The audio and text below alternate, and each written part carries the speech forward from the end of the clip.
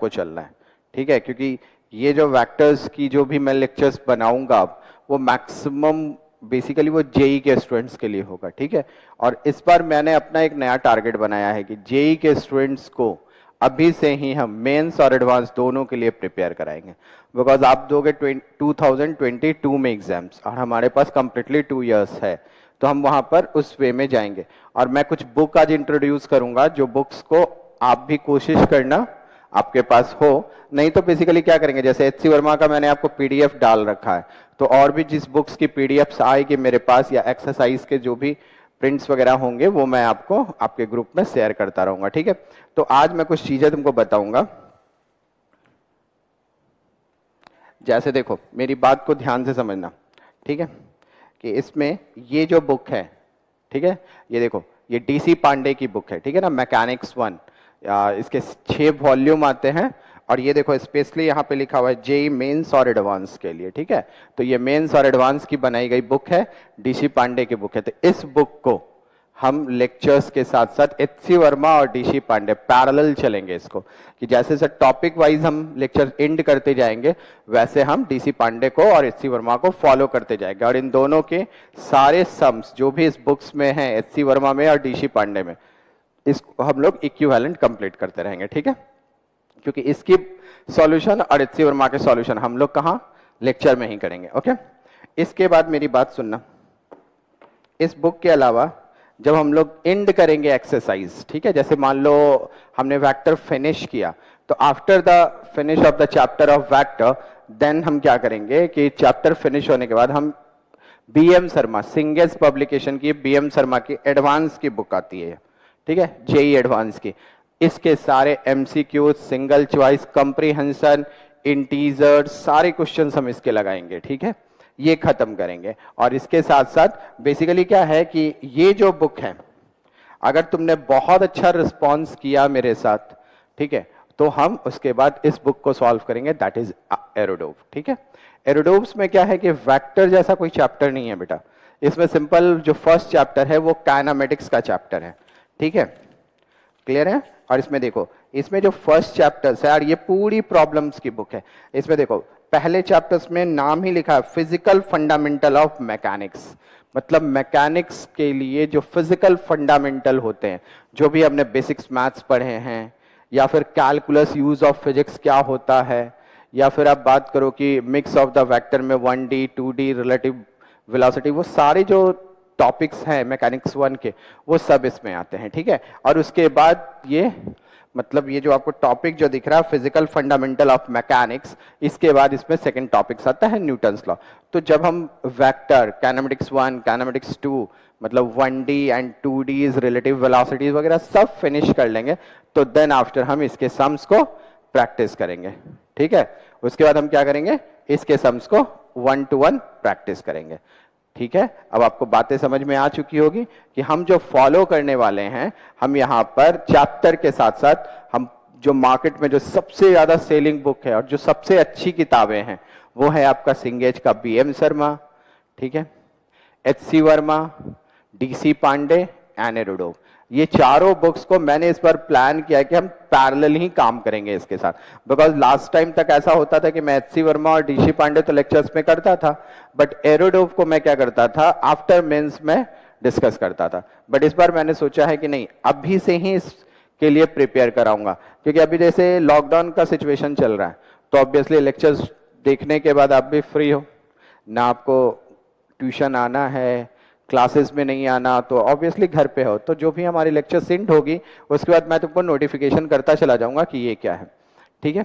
अब ये जो एरोडोव की बुक है बेटा, ये जो एरोडोव की बुक है इसका प्राइस भी बहुत ज्यादा नहीं है, 100 रुपीज की बुक है, और आप ये ऑनलाइन मंगवा सकते हो, और ऑनलाइन अभी सब कुछ ओपन है, ठीक है ना।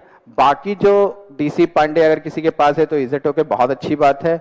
एच सी वर्मा मुझे लगता है हर किसी के पास होती है, और डीसी पांडे अगर नहीं भी है तो मैं क्या करूंगा, उसको ग्रुप में उसके क्वेश्चंस वगैरह एक्सरसाइज के क्वेश्चंस आपको भेजता रहूंगा, और उस बेसिस पे मैं जो क्लास में डिस्कस करूंगा और ग्रुप में जो एक्सरसाइज आएंगे आप मैच करते जाना और उसको हम सॉल्व करते जाएंगे।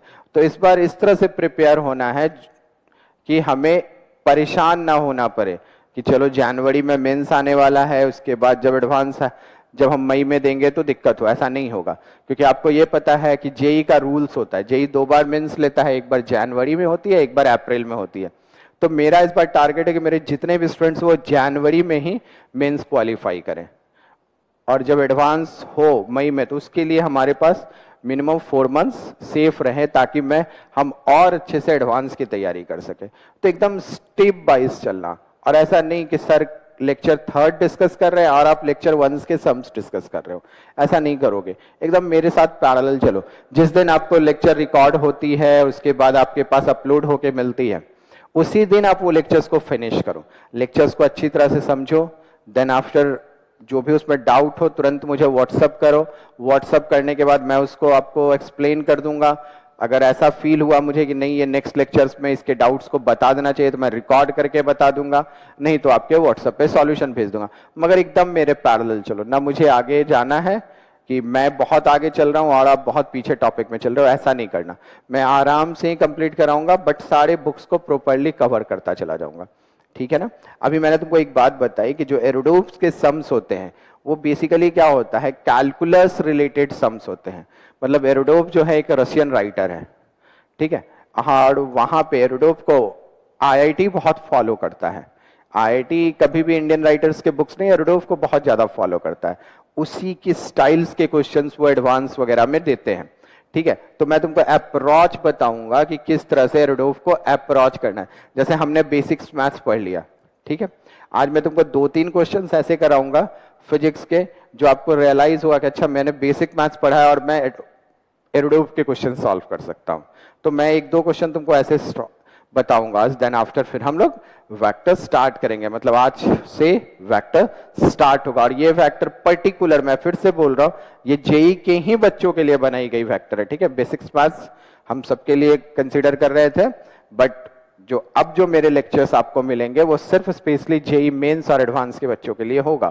और इसमें कहीं मैं सेपरेट नहीं कर रहा हूं कि इतना सेक्शन मेंस का है और ये सेक्शन एडवांस का है। मैं पूरी तरह से कवर कर रहा हूं, जेई मेंस और एडवांस दोनों को टारगेट लेके अभी से स्टार्ट कर रहा हूं, ठीक है। एकदम इनिशियल लेवल से स्टार्ट करेंगे और हम एडवांस लेवल तक इस टॉपिक को खत्म करेंगे, क्योंकि आने वाले 2 week max to max 14 days या 15 डेज में हम वेक्टर जैसी टॉपिक्स को खत्म करेंगे। और उसमें सारे क्वेश्चंस, चाहे वो डीसी पांडे हो या सिंगेज हो, मतलब बीएम शर्मा या फिर एचसी वर्मा, सारे के सब क्वेश्चंस हम लोग कवर करते चले जाएंगे, ठीक है। बट आप लोग से यही प्रॉमिस होगा, जो आपके संडे को टेस्ट होते हैं उसको बहुत अच्छे से करो और ज्यादा से ज्यादा मार्क्स लाने की कोशिश करो, ठीक है। अब एक बात और, एक लेक्चर जो आई थी मेरी लास्ट की, रिवीजन ऑफ बेसिक मैथ्स, उसमें थोड़ा साउंड का प्रॉब्लम हो गया था। वो साउंड का प्रॉब्लम बेसिकली क्या है कि हमारे एडिटिंग टाइम में हो गया था, ठीक है। तो उसको भी आप थोड़ा सा समझो, बिकॉज क्या है कि अभी ऑनलाइन सेक्टर है तो इसमें कभी कभी ऊपर नीचे चीजें हो जाती है। बट आपको मैसेज भी ग्रुप में किया गया है कि उसको हम लोग अच्छे से एडिट करके रीलोड कर देंगे, ठीक है ना। तो आप इस चीज पे भी ध्यान देना और उसके बाद आपको इशू नहीं आएगी। बट अभी भी मैं कह रहा हूं कि जिन बच्चों का बेसिक मैथ्स का जो सेक्शन नहीं कंप्लीट हुआ, या उनको मैक्सिमा मिनिमा नहीं समझ में आया, या इंटीग्रेशन नहीं समझ में आया, या डिफरेंशिएशन नहीं समझ में आया, या ग्राफ में कहीं प्रॉब्लम्स है, तो वो सारी चीजों को आप व्हाट्सएप पे आप फुलफिल करते चले जाओ, ठीक है। आप तुरंत व्हाट्सएप पे पूछो। कभी कभी ऐसा होता है बेटा कि आप व्हाट्सएप पे पूछते हो, मैंने मैसेज लेट देखा, या हो सकता है उस वक्त मैं 12th के बच्चों के साथ डिस्कस कर रहा हूं व्हाट्सएप पे, तो हो सकता है आपको लेट रिप्लाई हो। बट मैं पूरी कोशिश करता हूं कि एवरीवन, सारे बच्चों को रिप्लाई करो। तुम एकदम साई नेचर नहीं रखना कि आपको अगर छोटी सी चीजें भी नहीं समझ में आती तो आप पूछो, ठीक है। और ये कंपलसरी नहीं है कि व्हाट्सएप पे तुम इंग्लिश में मैसेज करो मुझे, आप हिंदी में भी मैसेज करो। हिंदी इंग्लिश दोनों लैंग्वेज आप यूज कर सकते हो, ठीक है। कई बच्चे होते हैं कि मैं कैसे मैसेज करूं, मुझे इंग्लिश टाइप करने में प्रॉब्लम्स होती है, तो ऐसा नहीं है बेटा, आप हिंदी में भी करो इंग्लिश में भी करो। देखो मैंने भी आईआईटी की है, मैंने आपको पहले ही बताया था मेरा ऑल इंडिया रैंक 131 था, ठीक है। फिर मैंने एमटेक भी किया, तो मुझे अपनी प्रिपरेशन की सिचुएशन और 10 साल हो गए मुझे पढ़ाते हुए, तो दोनों सिचुएशन को मिला के मैंने रियलाइज किया है कि अगर मैं सेक्टर में बांटता हूं ना, कि मेंस की अलग प्रिपरेशन कराऊं, एडवांस की अलग प्रिपरेशन कराऊं, तो बच्चे कंफ्यूज हो जाते हैं। वही आपको मेंस के प्रिपरेशन के साथ साथ एडवांस कराओ, तो एक लेवल आप मेंस में पकड़ते हो तो सेकंड लेवल आप एडवांस में खुद ब खुद क्लिक करता है आपका, क्योंकि आप उसको एकदम फ्रेश पढ़ते हो। तो इसीलिए हम कभी नई तरीके से नहीं कि चलो हम बाद में एडवांस करेंगे, ऐसा नहीं है। मेरा इस बार टारगेट है कि हम दोनों को साथ में करेंगे।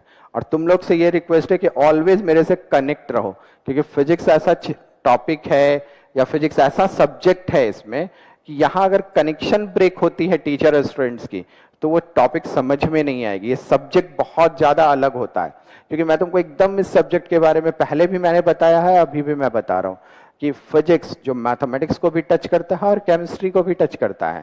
क्योंकि अभी तक आपने बेसिक मैथ्स पढ़ा था, आपको रियलाइज हो गया होगा कि इसका यूज होगा मैथ्स आपके फिजिक्स में, पूरी मैथ्स यूज होगी फिजिक्स में। फिर हम आगे जब आप जाओगे तो मॉडर्न फिजिक्स पढ़नी है हमें, वहाँ केमिस्ट्री भी यूज होता है। जैसे अभी 11th में हम हीट एंड थर्मोडायनेमिक्स पढ़ेंगे, वहाँ उस केमिस्ट्री के कुछ प्रॉपर्टीज यूज होंगे। तो ये जो फिजिक्स है उसको हम लोग किंग ऑफ साइंस कहते हैं, मतलब इसमें मैथ्स भी इंक्लूडेड है और केमिस्ट्री भी इंक्लूडेड है। तो यहाँ पर सिंपल है कि आपने कनेक्शन अगर ब्रेक किया तो फिजिक्स अंडरस्टैंडिंग नहीं होती है। तो इसलिए ऑलवेज आज का लेक्चर खत्म जैसे ही आपने रिकॉर्डिंग सुना सारा, आप सडन मुझे रिस्पॉन्ड करना शुरू करो, ठीक है? सर ये नहीं समझ में आया, वो नहीं समझ में आया, मैं तुमको रिप्लाई करूंगा।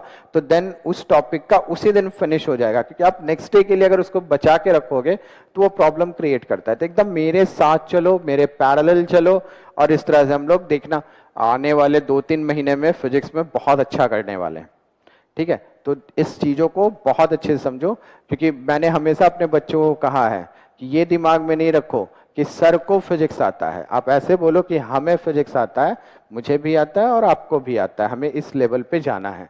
तो इसको आप एकदम ध्यान से अच्छे से करो, ठीक है? तो आज से अभी मैं कुछ ही क्वेश्चंस तुमको एरोडोव्स के बताऊंगा कि तुमको अप्रोच समझ में आए।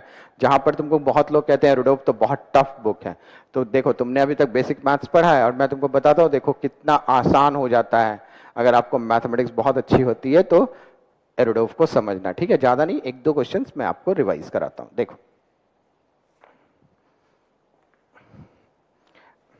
देखो एरोडोव में आज जो हम क्वेश्चंस एक मैं डिस्कस करूंगा आपके साथ, वो जो क्वेश्चंस है वो क्वेश्चन नंबर है 23, ठीक है? फर्स्ट चैप्टर का क्वेश्चन है ये, और क्वेश्चन नंबर है 23, ठीक है? अब ये देखो क्वेश्चन क्या है, ये मैं पूरा लिख देता हूं, आपको कहीं प्रॉब्लम्स नहीं आएगी इसको समझने में, ठीक है? क्वेश्चन है अ बॉडी, ठीक है, सॉरी अ बॉडी नहीं, a point move rectilinearly, rectilinearly, ठीक है? rectilinearly with d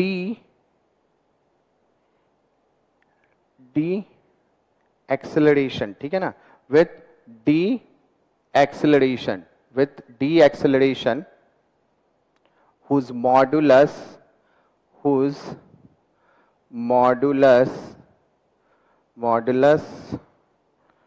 depends on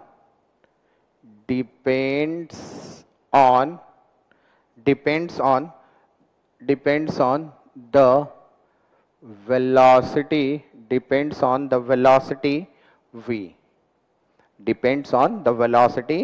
v of the particle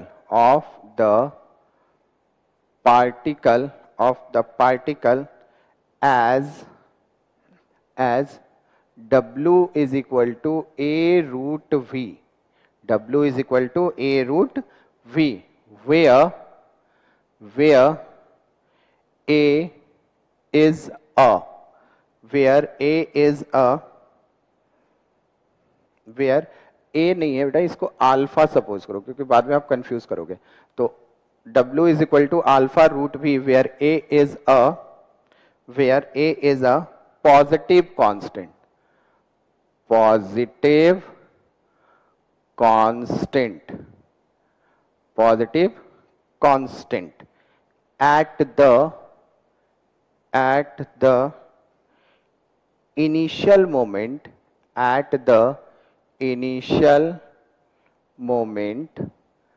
at the initial moment the velocity at the initial moment, the velocity of the point, the velocity of the point is equal to v naught, is equal to v naught, is equal to v naught. What distance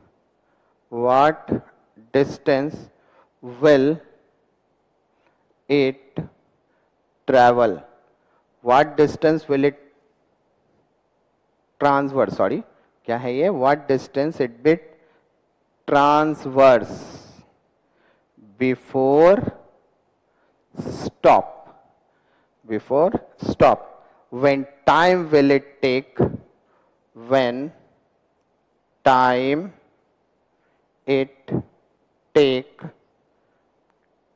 to cover the distance, cover the distance. ठीक है, अब इस situation को समझो एकदम ध्यान से, 1 to 1 बेटा, एक एक पॉइंट समझना इस क्वेश्चंस का. ठीक है, क्या कह रहा है, मैं एक एक बात पे डिस्कस करूंगा. कह रहा है कि कोई एक पॉइंट है, देखो ये क्या बोल रहा है, एक पॉइंट है जो मूव कर रहा है. कहां पर मूव कर रहा है?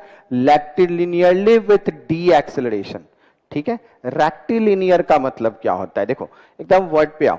रेक्टिलिनियर, रेक्टिलिनियर का मतलब क्या होता है? जब हम कोऑर्डिनेट एक्सिस की बात करते हैं ना, यहां समझना कि जब बात करते हैं हम किसी कोऑर्डिनेट एक्सिस की, this become a Y axis और this become a X axis. ठीक है ना, तो कोऑर्डिनेट एक्सिस को हम लोग रेक्टेंगुलर कोऑर्डिनेट एक्सिस भी बोलते हैं. ठीक है, तो ये देखो y और x, तो ये दो प्लेन में मोशन होगा ना. तो अगर इस मोशन, इस प्लेन में कोई मोशन हो रहा, मैथमेटिक्स करते थे ना कि यहां पर का पॉइंट्स बोलो क्या होगा, तो कोऑर्डिनेट क्या लिखते हो? कोऑर्डिनेट मान लो इस पॉइंट को हम लोग क्या लिखेंगे, x1, y1. देखो ऐसा लिखते हैं ना. इसका मतलब मान लो ये पॉइंट यहां से यहां चल के आ गया, तो देखो इस रेक्टेंगल कोऑर्डिनेट में ये पॉइंट मूव कर रहा है. आया आपको चीजें समझ में? फिर से सुनना मेरी बात. रेक्टिलिनियर का मतलब क्या होता है? ठीक है, rectilinear is a straight line motion होता है, मगर वो कहां मूव कर रहा है बेटा? एक्स वाई में इस पॉइंट से इस पॉइंट मूव कर गया. मान लो ए से कहां चल के आ गया? बी पे. तो ये ए और बी कहां है? इस रेक्टेंगुलर कोऑर्डिनेट एक्सिस के पोजीशन पे. तो इसको, इसमें जो मोशन होता है इसको हम क्या कहते हैं? Rectilinear motion. मतलब एक पॉइंट है जो मूव कर रहा है रेक्टिलिनियर. ठीक है, रेक्टिलिनियर में with D acceleration. D acceleration का मतलब क्या होता है? इतना आपने 9-10 में पढ़ा होगा. अगर मैं आगे जा रहा हूं, ठीक है, तो सपोज करो अगर मैं आगे जा रहा हूं, मैं किसी कुछ कारण से मैं पीछे हो गया, मतलब डी एक्सेलरेट हो गया. डी एक्सेलरेट होने का मतलब एक्सेलरेशन क्या होता है? निगेटिव. ठीक है ना, ऐसा हो गया. तो वही चीज यहां बोल रहा है, मॉडुलस डिपेंड्स ऑन, देखो the acceleration whose modulus is depend on velocity. मतलब जो डी एक्सेलरेशन होगा वो किस पे डिपेंड करेगा? वेलोसिटी पे. आप सोचो कि आप बहुत स्पीड में, मान लो आप एक्टिवा चला रहे हो और एक्टिवा की स्पीड है 80 किलोमीटर पर आवर से आप एक्टिवा चला रहे हो. आगे अचानक से कुछ आपको दिखा, कोई ऑब्स्टिकल टाइप का दिखा, तो आप क्या करते हो? आप अपनी स्पीड को कम करने के लिए ब्रेक लेते हो. ब्रेक लेते हो तो आपके जो व्हील होती है, जो एक्टिवा की व्हील होती है, वो क्या होता है?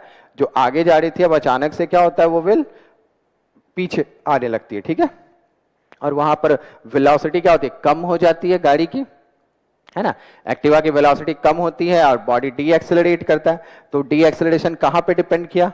वेलोसिटी पे. कि जो बहुत तेज 80 किलोमीटर पर आवर की थी उसको आपने धीरे से कम किया, अब वो धीरे धीरे क्या हुआ? 80 किलोमीटर से धीरे धीरे धीरे कम होती चली गई.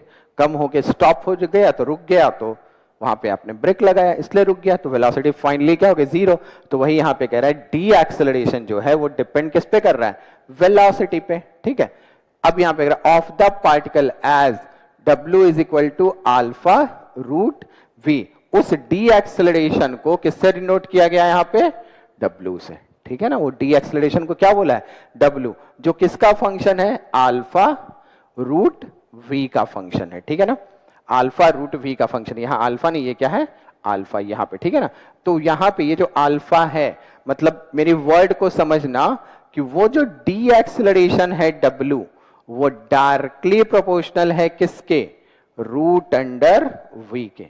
क्योंकि वेलोसिटी घटेगी तो वही है डी एक्सेलरेशन, तो वो इस पर है। और इस प्रोपोर्शनलिटी को हटाने के लिए हम लोग एक कांस्टेंट यूज करते हैं, जो इस क्वेश्चन में उस कांस्टेंट को क्या बोला गया है, अल्फा। अल्फा इसीलिए इसको क्या बोला गया है, ये कांस्टेंट है। और ये कैसा कांस्टेंट है, पॉजिटिव कांस्टेंट, देन रिलेशन ऐसा लिखे। क्लियर आया फंडा समझ में आपको? देखो मैं एकदम क्वेश्चन 1 to 1 समझा रहा हूं, एकदम ध्यान से समझना। तो ये कंडीशन आया, ठीक है। उसके बाद यहां पे ये लिख दिया where alpha is a positive constant. तो ये जो कांस्टेंट है ये कैसा कांस्टेंट है, पॉजिटिव कांस्टेंट है, ठीक है ना, ये पॉजिटिव कांस्टेंट है। अब क्या कह रहा है, at the initial moment. Initial moment का मतलब एकदम जब वो स्टार्ट कर रहा था, at the initial moment the velocity of the point is equal to v naught, ठीक है ना। मतलब इनिशियल मोमेंट की बात करो, ये समझ में आया आपको? तो क्या कह रहा है, एट द इनिशियल मोमेंट मतलब t is equal to 0 second, इसको हम क्या बोलेंगे, इनिशियल मोमेंट, ठीक है। उस वक्त तुमने जब एक्टिवा चालू की, ठीक है, स्टार्ट किया, तो तुम्हारा जो इनिशियल वेलोसिटी है, इनिशियल वेलोसिटी, ये जो इनिशियल वेलोसिटी है वो कितना है, is equal to v naught. वो क्या दिया है क्वेश्चन में, वी नॉट, ठीक है। अब कह रहा है what distance will it travel, मतलब जब इनिशियल वेलोसिटी वी नॉट ली है तो वो कितना डिस्टेंस ट्रेवल कर रहा है बिफोर स्टॉप। क्योंकि आपको पता है इस स्पीड से तो आप चलना स्टार्ट किए, मगर आगे जाके आपने क्या हुआ, ब्रेक लगाया गाड़ी में। अब ब्रेक लगाने का मतलब क्या होता है कि गाड़ी स्टॉप हो गया। तो जितने से आप स्टार्ट किए, कुछ दूर चले, उसके बाद ब्रेक लगाए तो स्टॉप हो गया ना। तो वहां पे जब गाड़ी स्टॉप हुआ तो आप क्या बोलोगे कि फाइनल वेलोसिटी जो हो गई वो क्या हो गई, 0, है ना। आई बात समझ में? तो वहीं पे कह रहा है what distance will it travel before stop when time is taken to cover a distance. मतलब कह रहा है कितना डिस्टेंस वो ट्रेवल करेगा बिफोर स्टॉप, ठीक है। और when time is taken to cover the distance, ठीक है, क्या टाइम कवर करेगा ट्रेवल अ डिस्टेंस। आई बात आपको समझ में? पूरे क्वेश्चंस पे कहीं कोई इश्यू नहीं है ना? चलो अब ध्यान से समझना। अब इतनी बातें जब तुमको समझ में आ गई है तो इस चीज को थोड़ा सा मैनुअलाइज करते हैं। ओके, देखो क्या है ये समझना, ठीक है। क्लियर है? एक एक पॉइंट समझ में आई आपको क्वेश्चन का कि क्या क्या मैं कहना चाह रहा हूं, ठीक है, या एरुडोफ के इस क्वेश्चंस में क्या कंसीडर किया गया है, ठीक है। अब ये क्वेश्चन को मैं रब कर रहा हूं, इसके सॉल्यूशंस को समझना क्या है।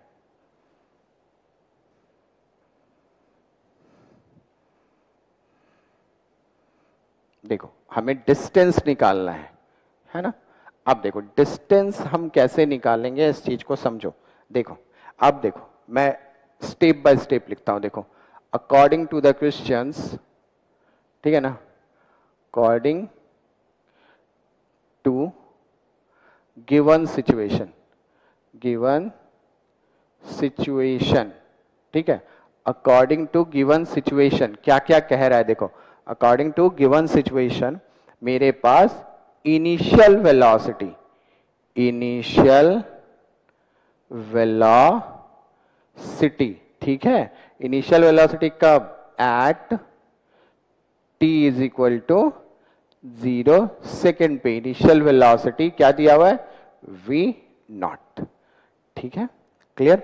अब यहां पे फाइनल वेलोसिटी, फाइनल वेलोसिटी, ठीक है, तो फाइनली किसी टाइम पे होगा, at t is equal to t time ले लो, तो ये क्या हमको हो जा रहा है 0, क्योंकि फाइनली वो क्या हो रहा है, फाइनल वेलोसिटी क्या हो जा रहा है उसका 0, ठीक है। तो देखो रिलेशन दिया हुआ है w is equal to alpha root v, और ये w क्या है, ध्यान से समझो, ये w क्या है, एक्सेलरेशन, w क्या है, एक्सेलरेशन। और इस कंडीशन में क्वेश्चन के हिसाब से ये w क्या है, डी एक्सेलरेशन। चलो अब मेरी बात समझना, अगर बेटा ये डी एक्सेलरेशन है तो इसको हम क्या लिखेंगे, माइनस अल्फा रूट v, होगा ना। डी एक्सेलरेट कर रहा है मतलब वो निगेटिव हो जाएगा, ये वेलोसिटी को घटाएगा। चलो अब मेरी बात को सुनो, मैंने थोड़े टर्म्स आपको सिखाए थे कि एक्सेलरेशन को क्या बोलते हैं हम लोग, dv/dt, ऐसा बताया था ना आपको, ठीक है। और ये किसका फॉर्मूला है, एक्सेलरेशन का, बताओ ऐसा लिखा था। और क्या लिखा था इसको कि एक्सेलरेशन को हम लोग v into d v by d s भी लिखते हैं, है ना।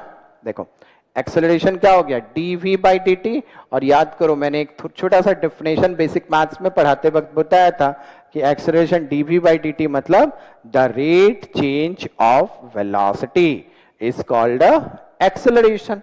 और थोड़े टर्म्स को याद करना कि अगर ऐसा बोला था तो मैंने वेलोसिटी के केस में आपको क्या सिखाया था वो याद करो। मैंने क्या बोला था ds बाई डी टी मतलब the rate change of displacement is called velocity. ठीक है, तो मेरी बात को सुनो, ये आपको समझ में आया। ये तो मैंने क्या कहा एक्सेलरेशन को या तो dv बाई डी टी लिख सकते हो या v into dv by ds लिख सकते हैं।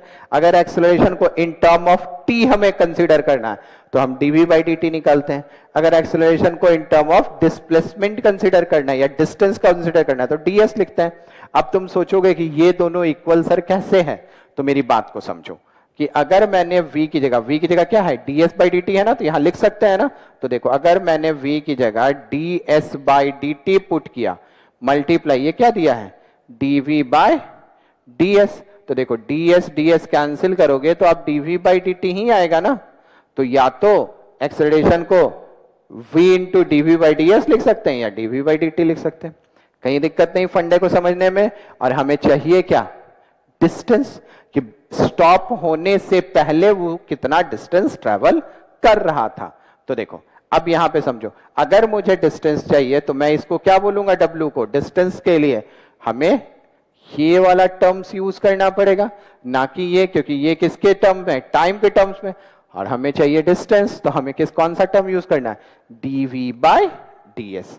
तो अब देखो इसको आप क्या लिख सकते हो v into d v by d s is equal to minus alpha root under v। आया फंडा समझ में ना, कि अगर मुझे ds निकालनी है, अब देखो मैं w को ds के फॉर्म में ऐसे लिख सकता हूं। ठीक है, ये सारे सेक्शन कहीं दिक्कत नहीं। ठीक है, इसको एकदम कहीं आप अपने नोट्स बनाओगे तो इसको कहीं नोट पॉइंट में याद रखोगे कि ऐसे अगर फंक्शन है तो अगर हमें डिस्टेंस के रिस्पेक्ट में चाहिए तो हम क्या करेंगे ये वाला फॉर्म यूज करेंगे, अगर हमें टाइम के रिस्पेक्ट में चाहिए तो ये फॉर्मूला यूज करेंगे। तो acceleration is change with respect to the time, then formula becomes dv by dt, and acceleration is change with respect to distance, then formula is v into dv by ds. Is it clear? कहीं दिक्कत नहीं, आपको समझ में आया। और v into dv by ds किस तरह से आता है ये भी आपको समझ में आया, तो ये इसको आप नोट में ध्यान रखोगे। क्लियर है ना।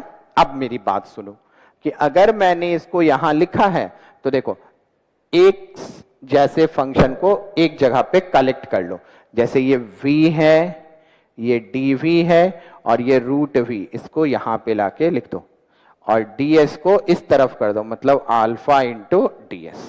कर सकते हैं ऐसा, कहीं दिक्कत नहीं, आपको समझ में आ रहा है। अब अगर ऐसा आपने किया है तो देखो अब मेरे पास रिलेशन बेटा क्या है v into d v upon root v is equal to minus alpha into ds। Done है ना। अब देखो v से ये रूट v कैंसिल कर सकते हो, तो ये क्या हो जाएगा देखो root v into d v is equal to minus alpha root ds। Clear है ये। अब ds निकालना, अल्फा क्या है कांस्टेंट, तो अब देखो इसको इंटीग्रेट कर दो। इंटीग्रेट कहां से कहां तक करोगे, देखो ऐसे इंटीग्रेशन का साइन लेंगे, मैंने बताया था ना, आप अगर ऐसा करते हो तो इंटीग्रेशन करना होता है। अब देखो ये कहां से स्टार्ट हुआ है बेटा, ये बता। ये स्टार्ट हुआ था इनिशियली कहां था v नॉट से, और फाइनली ये स्टॉप हो गया जीरो। देखो इनिशियली कहां से स्टार्ट हुआ था v नॉट से, और फाइनली ये क्या हो गया जीरो। स्टॉप हो जाता है ना जब डी एक्सलेट होता है, और जब स्टार्ट हुआ था तो कितना ट्रेवल किया था जीरो, और जब फाइनली स्टॉप होने से पहले कितना डिस्टेंस ट्रेवल हो गया s। आई बात समझ में। अब ध्यान से देखो रूट v, तो रूट v का इंटीग्रेशन क्या करोगे आप लोग, देखो है ना ये, तो हम लोग लिखते हैं ना v to the power half plus 1 divide by half plus 1, और ये कहां से कहां तक जाएंगे v नॉट से 0, और ये क्या हो जाएगा माइनस अल्फा ds, तो ds का इंटीग्रेशन क्या लिखेंगे s, और ये भी कहां से जाएंगे 0 टू s। देखो एकदम क्लियर है, स्टेप टू स्टेप समझ में आ रही है आपको। अब देखो अगर ऐसा है, ठीक है ना, तो देखो अब इसको इधर सॉल्व करना है मुझे, तो ये आपको समझ में आया, पहले हमने ऐसे किया फिर इस प्रोसेस को यहां लेके किया, ठीक है। अब मैं इसको रब कर रहा हूं, ठीक है, ये आप नोट कर चुके हो।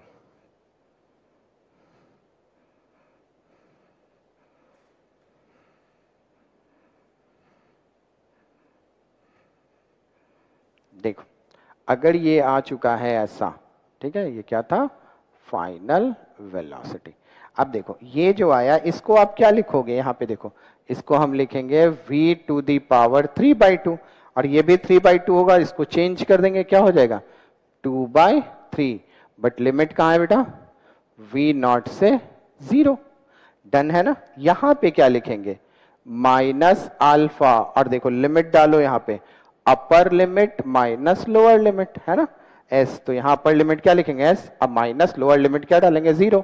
अब इसमें भी लिमिट डालो आप, क्या मिलेगा आपको 2/3, v की जगह क्या डालना पड़ेगा अपर लिमिट क्या है 0 टू दी पावर 3/2, माइनस यहां पे क्या लिखोगे 2/3 v naught to the power 3/2 is equal to क्या हो गया माइनस अल्फा इंटू एस, है ना। अब ध्यान से देखो ये टर्म्स क्या हो जाएगा 0, ठीक है ना, ये टर्म्स क्या हो जाएगा 0, तो क्या लिखेंगे -2/3 v naught 3/2 is equal to minus alpha into s, तो माइनस माइनस कैंसिल। अब ध्यान से देखो s इज इक्वल टू क्या हो गया बताओ, समझो क्या हो गया 2/3 s, है ना, अल्फा इधर आ जाएगा और यहां क्या हो जाएगा v नॉट 3/2, ये मुझे क्या मिल गया डिस्टेंस, मतलब वो इतना डिस्टेंस ट्रेवल करेगा बिफोर इट स्टॉप, स्टॉप होने से पहले वो कितना डिस्टेंस ट्रेवल करेगा, इतना डिस्टेंस ट्रेवल करेगा। कहीं दिक्कत इसको समझने में नहीं है ना। अब देखो तुम एक टर्म्स में समझना, v नॉट क्या था यहां पे इनिशियल वेलोसिटी, देखो अल्फा आल्सो कांस्टेंट, मतलब ये डिस्टेंस देखो ये टोटल टर्म कांस्टेंट आ रहा है ना, मतलब डिस्टेंस ट्रेवल, जैसे मैं यहां से अपने घर गया, जाने मुझे 4 किलोमीटर लगा, 4 किलोमीटर डिस्टेंस था, तो 4 क्या है बोलो, 4 क्या है वहां पे एक कांस्टेंट वैल्यू, न्यूमेरिक कांस्टेंट, तो अगर यहाँ डिस्टेंस पूछ रहा था तो जो आना चाहिए था एक कांस्टेंट आना चाहिए था, तो वो कांस्टेंट आ रहा है, बाकी सारी चीजें कांस्टेंट है। आई बात समझ रहे, तो दैट इज द डिस्टेंस। अब देखो अब इसमें ऐसा कोई नया चीज हमने यूज नहीं किया, ठीक है ना, एकदम 1 to 1 वही चीजें थी जो हमने बेसिक मैथ्स में पढ़ा था, ठीक है, और बस देखो फिजिक्स में ऐसे यूज किए। तो मैंने यही बोला था एरोडोप्स के जो क्वेश्चंस होते हैं वो थोड़ा कैलकुलस बेस होते हैं और वेरिएबल के क्वेश्चंस होते हैं, तो हम उसको इस तरह से अप्रोच करेंगे कि अगर आपको क्वेश्चन बहुत अच्छे से समझ में आ रहा है तो अप्रोच बहुत आसान है इसका, ठीक है ना। चलो अब देखो इसी के एक क्वेश्चंस को और देखते हैं, ठीक है, एक क्वेश्चन और देख लो आप।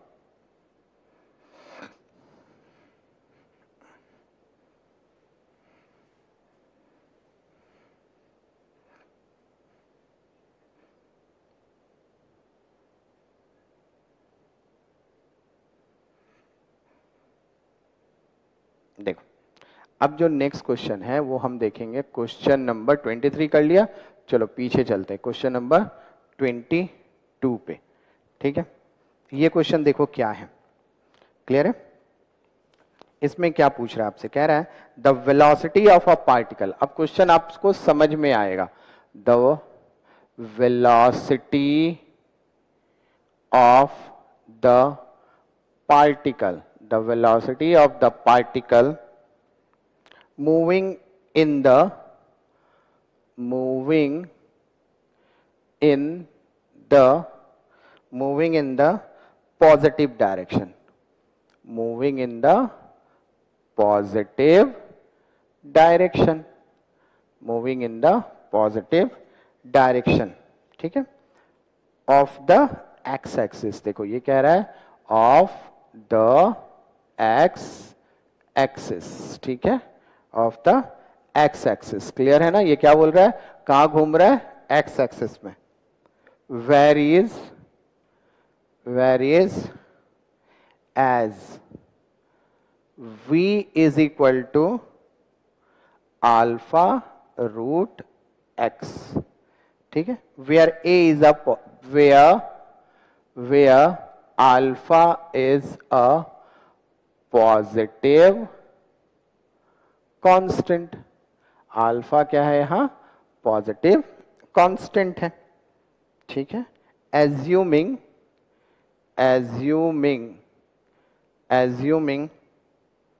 that at the moment t is equal to 0, the particle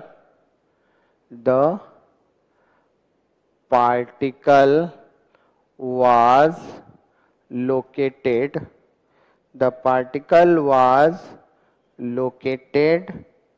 as the point x is equal to 0। तो देन फाइंड, ठीक है, इसमें ए पार्ट है क्वेश्चन का, कह रहा है the time dependent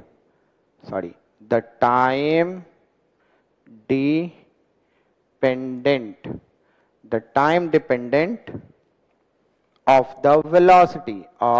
the velocity and the acceleration, ठीक है, and the acceleration of the particle, ठीक है, ये हमें निकालना है, ठीक है ना। कि ए पार्ट में ऐसा कह रहा है, ये इंपॉर्टेंट है, ये वाला सेक्शन मैं बताता हूं, ठीक है, ध्यान से सुनो। अब इस क्वेश्चन को बहुत अच्छे से देखो, क्या कह रहा है आपको कि velocity of the particle moving in the positive direction of the x axis, ठीक है, कि एक पार्टिकल है जिसको वेलोसिटी कहां दिया है, पॉजिटिव एक्स एक्सिस में, मतलब वो हॉरिजॉन्टल ऐसे चल रहा है, ठीक है, वेरी कर रहा है, v is equal to alpha root x है। तो इसका मतलब क्या है कि वेलोसिटी जो है वो डायरेक्टली प्रोपोर्शनल है किसके, स्क्वायर रूट ऑफ डिस्टेंस के इन द एक्स एक्सिस, ठीक है। इसी प्रोपोर्शनलिटी को हटाने के लिए हम लोग कांस्टेंट यूज करते हैं, तो कांस्टेंट क्या है, अल्फा रूट एक्स, और ये कैसा कांस्टेंट है, पॉजिटिव कांस्टेंट। आई बात समझ में, प्रोपोर्शनलिटी को हटाने के लिए हम लोग ये कांस्टेंट यूज करते हैं, ठीक है। अब क्या है यहां पे समझ में आया, where alpha is a positive constant. अब कह रहा है assume that at the moment t is equal to 0 the particle was located as the point x is equal to 0। मतलब अगर ये ऐसा है, ठीक है, ये क्या है, x एक्सिस, तो x एक्सिस का सपोज करो यहां पे y एक्सिस है, ये क्या हो जाएगा, ओरिजिन, ठीक है। तो ये क्या कह रहा है, x इज इक्वल टू 0 यहां होगा, तो x इज इक्वल टू 0 पे देखो लिख रहा है ना, that at the moment t is equal to 0 the particle was located at x equal to 0। x is equal to 0 पर पार्टिकल यहां पर है, ये पार्टिकल है, तो यहां पे टाइम भी क्या है, 0, तो पार्टिकल यहां है। अब क्या कह रहा है, तो फाइंड करो टाइम डिपेंडेंट वेलोसिटी और एक्सेलरेशन, ठीक है, हमको वेलोसिटी भी चाहिए और एक्सेलरेशन भी चाहिए, बट कौन किस पे डिपेंड कर रहा है, ये टाइम पे डिपेंडेंट चाहिए, ठीक है ना। अब देखो टाइम पे डिपेंडेंट हमें निकालना है। अब ध्यान से समझना, इतनी बातें आपको समझ में आई, according to the question situation क्या है और हम क्या करना है, हमें क्या फाइंड करना है, ठीक है। अब इस टर्म्स को आगे बढ़ाते हैं, देखना,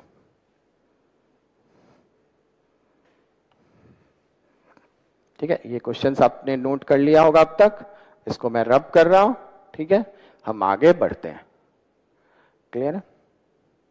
तो देखो गिवन सिचुएशन क्या क्या है मेरे पास, देखो मेरे पास जो गिवन सिचुएशन है क्वेश्चन में, गिवन सिचुएशन, ठीक है, तो गिवन सिचुएशन मेरे पास क्या है कि वेलोसिटी इज इक्वल टू दिया हुआ है क्या, अल्फा रूट एक्स, ठीक है, और कंडीशन क्या दिया हुआ है कि at t is equal to 0 the particle is at x is equal to 0। t is equal to 0 पे पार्टिकल कहां है, 0, मतलब x ओरिजिन पे है वो पार्टिकल, उसके बाद वो आगे बढ़ना शुरू कर रहा है। तो हमें क्या पूछ रहा है कि वेलोसिटी डिपेंड अपॉन टाइम, ठीक है ना। तो वेलोसिटी अगर डिपेंड करेगा टाइम पर तो फॉर्मूला क्या लिखते हो आप, ds बाई dt, ठीक है, बट ये x एक्सिस पर है तो यहां पर हम क्या लिखेंगे, dx अपॉन dt, ठीक है ना, सॉरी ऐसे लिख दिया मैंने, D x upon D T.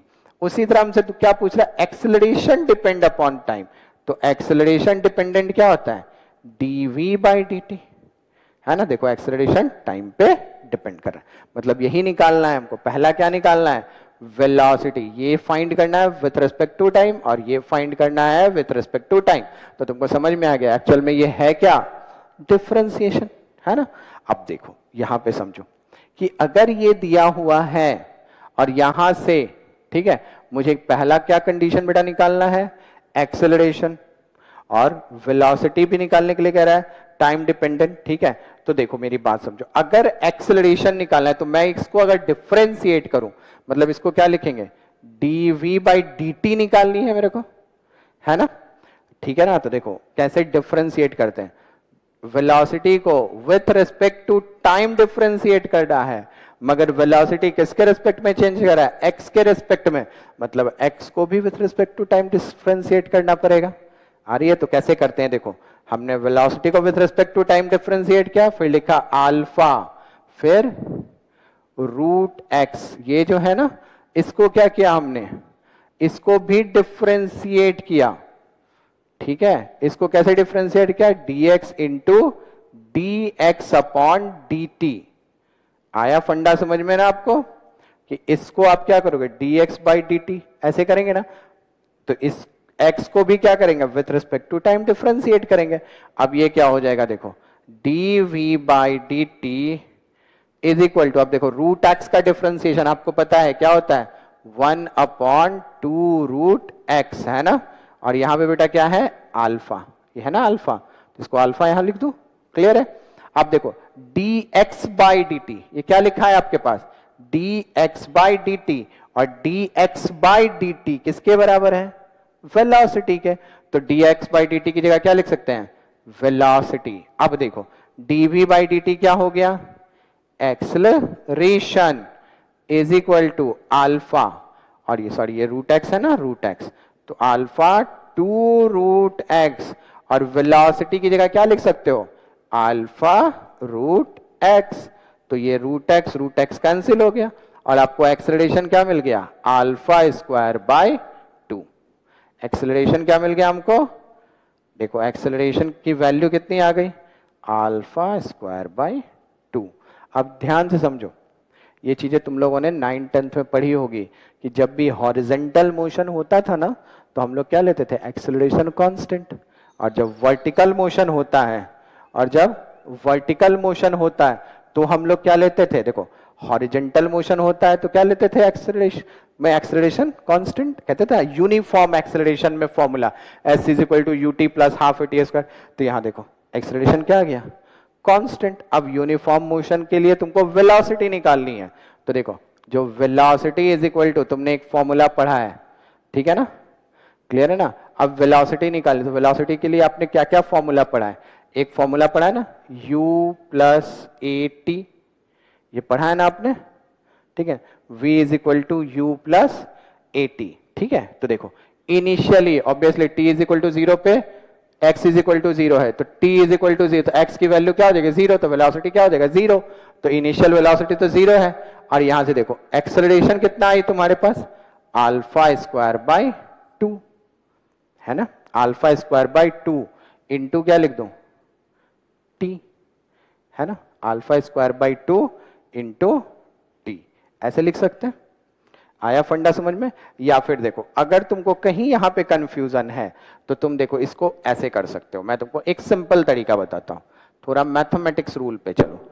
Acceleration is equal to क्या लिख रहे हैं बेटा, d v by d t is equal to alpha square by 2 होगा ना। तो देखो यहां भी कर लो तुम, d v is equal to alpha square by 2 into d t होगा ये। अब यहां से भी आप कंसीडर कर सकते हो, इज इट ओके, कहीं दिक्कत नहीं। तो यहां अब यहां पे तुम्हारे दिमाग में चलेगा सर टी का तो कोई वेरिएशन है ही नहीं क्वेश्चन में, तो टी कैसे यूज करें। तो देखो यहां से आप क्या कर लो, इसको 0 टू वी लिख लो, यहां से क्या कर लो 0 टू टी लिख लो। अब ये क्या हो जाएगा, v is equal to alpha square by 2 into t. अब मैं तुमको एक छोटा सा हिंट देता हूं, ठीक है, कि टी अगर आपको निकालनी है तो टी निकालने का एक और तरीका हो सकता है। वो तरीका क्या है सोचो। वो तरीका बेटा ऐसा है कि आपके पास एक्सेलरेशन है, आपके पास रिलेशन है। जब ये दो चीजें हैं ना तो टी निकालने का, टी देखो आप ये भी निकालते हो ना, distance is equal to half a t square लिखते हो ना, ठीक है। यू अगर जीरो है तो आपको टी डिस्टेंस के फॉर्म में मिल जाएगा ना, तो वहां पर इसको पुट करोगे आंसर मिल जाएगा, क्योंकि डिस्टेंस कहाँ, एक्स एक्सिस के टर्म्स में। तो ऐसे इसको निकालते हैं। कहीं दिक्कत इस टर्म्स को समझने में नहीं है ना, तो आगे नेक्स्ट लेक्चर्स में हम लोग वेक्टर कंटिन्यू करेंगे, ठीक है। ओके।